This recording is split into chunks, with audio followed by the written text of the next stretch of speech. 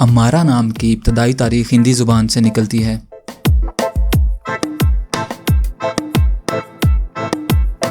अम्मारा एक इस्लामी नाम है।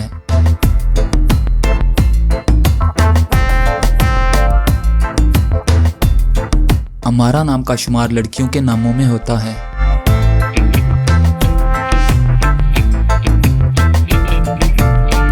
अम्मारा नाम का मतलब इल्म व हिकमत वाली है।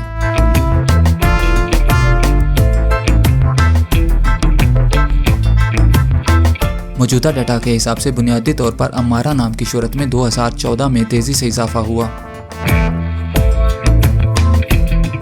अम्मारा नाम की पॉपुलैरिटी का ग्राफ आप 2004 से 2020 तक देख सकते हैं।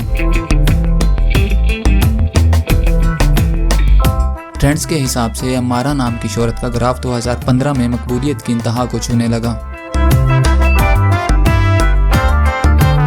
इस्तेमाल के लिहाज से अम्मारा नाम जिम्बाब्वे, ज़ैम्बिया और मलेशिया में कसरत से इस्तेमाल किया जाता है।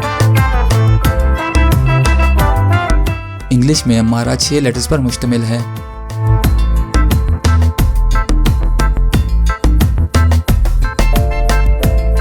उर्दू में अम्मारा 5 हरूफ पर मुश्तमिल है।